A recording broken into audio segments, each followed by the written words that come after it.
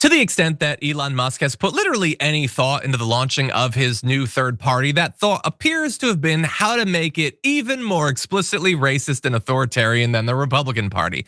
Because it was recently revealed that he's been consulting with the right-wing blogger and race science enthusiast Curtis Yarvin as he plans this party. And it is admittedly an odd choice. You're about to set up a party, it's a complicated thing.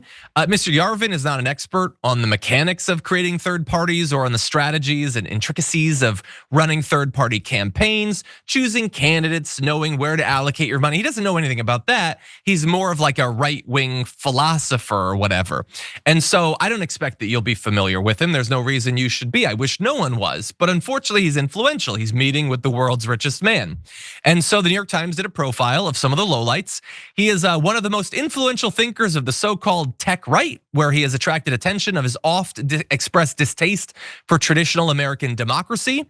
Some of his friends over the years have included people like Peter Thiel, Mark Andreessen, some of these tech people who are influential with Elon Musk and the rest of them.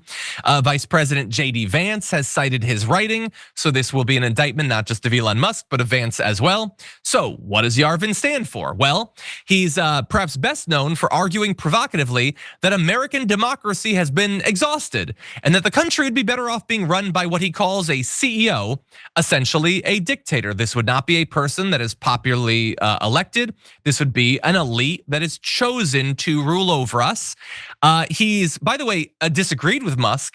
In some instances, he criticized DOGE on the grounds that it did not assume enough power over the federal bureaucracy. Again, the fact that Elon Musk was not elected, the fact that people didn't choose for this to be set up is irrelevant. It should have had far more power to override Congress and decide what programs stay and which programs die. He also, by the way, has argued for a hierarchy of races with his defense of genetic differences between the races. He wrote on his blog way back in December, "In this house, we believe in science, race science." He says the idea that cognitive capacity genetically is uniformly distributed across the races is naive. How the hell could you believe that? Obviously, different races have different cognitive capabilities. He also said once, it's difficult to argue that the Civil War made anyone's life more pleasant, including freed slaves. They were better off, apparently, back when they were slaves.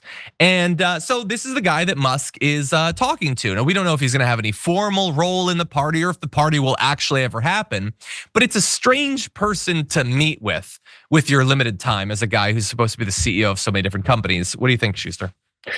Well, I keep thinking back to this goes, this I'll show my age, but you remember Ross Perot, who tried to start a third party in the 1990s. And Ross Perot was sort of an eccentric billionaire, had his own sort of tech company at the time. But even Ross Perot was smart enough to realize that he needed to surround himself with political operatives who understood the various state challenges and federal challenges of propping up a third political party. And so he did. And they had meetings and conventions, and they tried to get off the ground.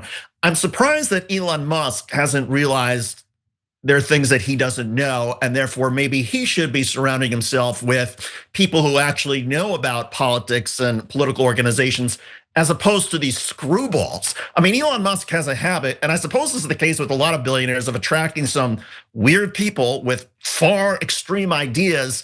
But you would think that Elon Musk would know better and say, okay, but the people I'm gonna put in charge of this are gonna be people who really sort of understand politics and know what they're doing.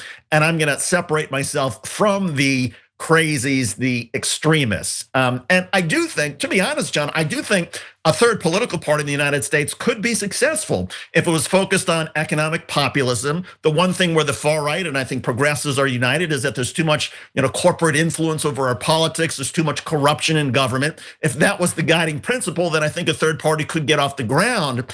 But if you're surrounding that third party with extremists who hate people, who are racist, who are bigoted, why would anybody even want to pay any attention to what you're doing?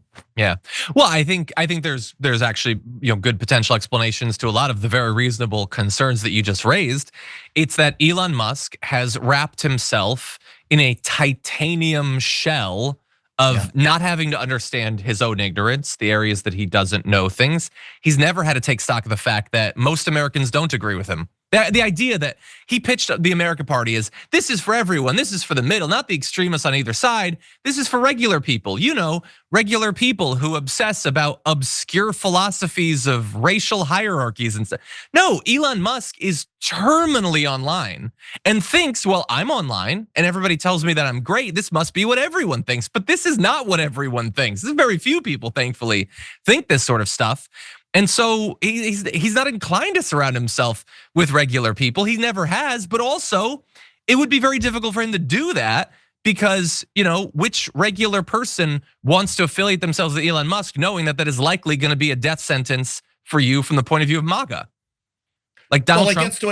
It gets to another missed opportunity, which seems to be Elon Musk's habit. I mean, there's a missed opportunity here with how he's handling this growth of a third political party. There was a huge missed opportunity with DOGE, because I think most Americans actually do want our government to be more effective and efficient, but Elon Musk didn't realize that he needed Congress to okay and authorize his cuts. And so if Elon Musk had said, okay, I'm gonna create this commission, we're gonna go through, we're gonna examine every federal agency, we're gonna deliver this massive report and present it to Congress and say, here are all the things you can do to make government more efficient and to save money, he would have been hailed as a hero. And I bet members of Congress would have faced enormous political pressure on both parties to support him. But instead, to essentially take that chainsaw himself, to not realize that he could not bypass Congress, that the courts would stop him, that the American people would recoil at it. I mean, it was a huge missed opportunity.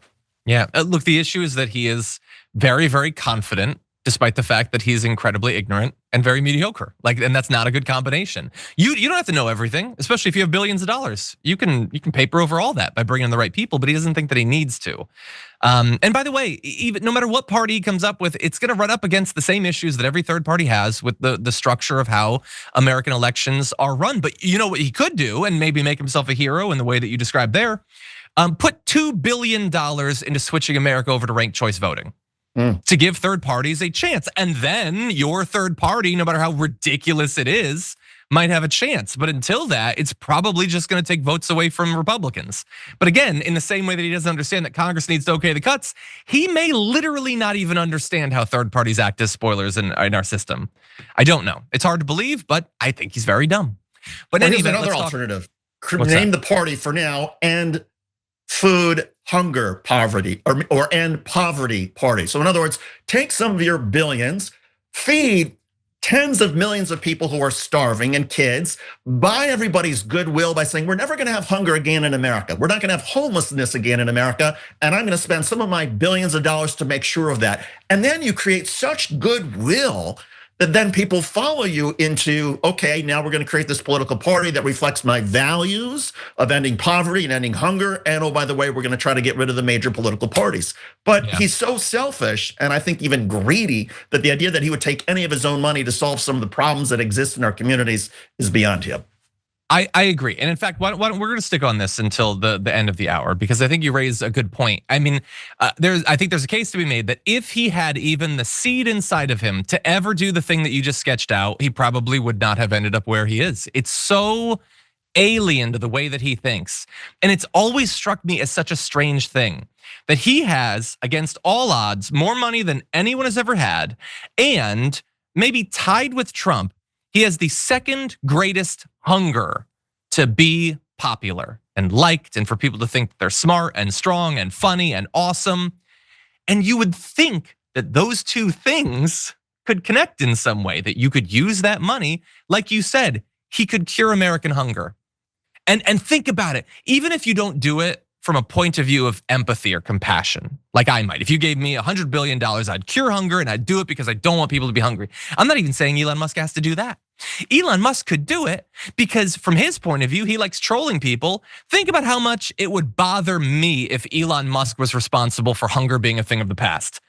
But he won't even do it for that reason. He's so greedy that he won't even cure problems to troll and trigger the other side.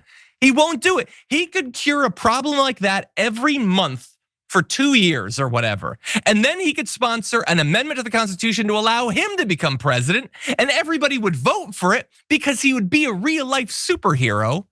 And he won't even do that. He could do all of these things and still be the richest person on earth, but he doesn't do any of those things. The closest he has ever come is his stupid lotto for $1 million a day or whatever if you vote for Donald Trump.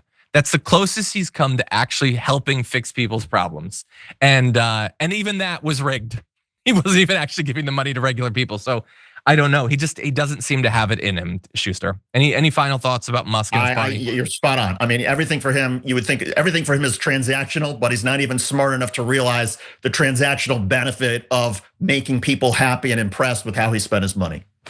Yeah, 100%. He's too small-minded. Some would say maybe he's not actually a genius.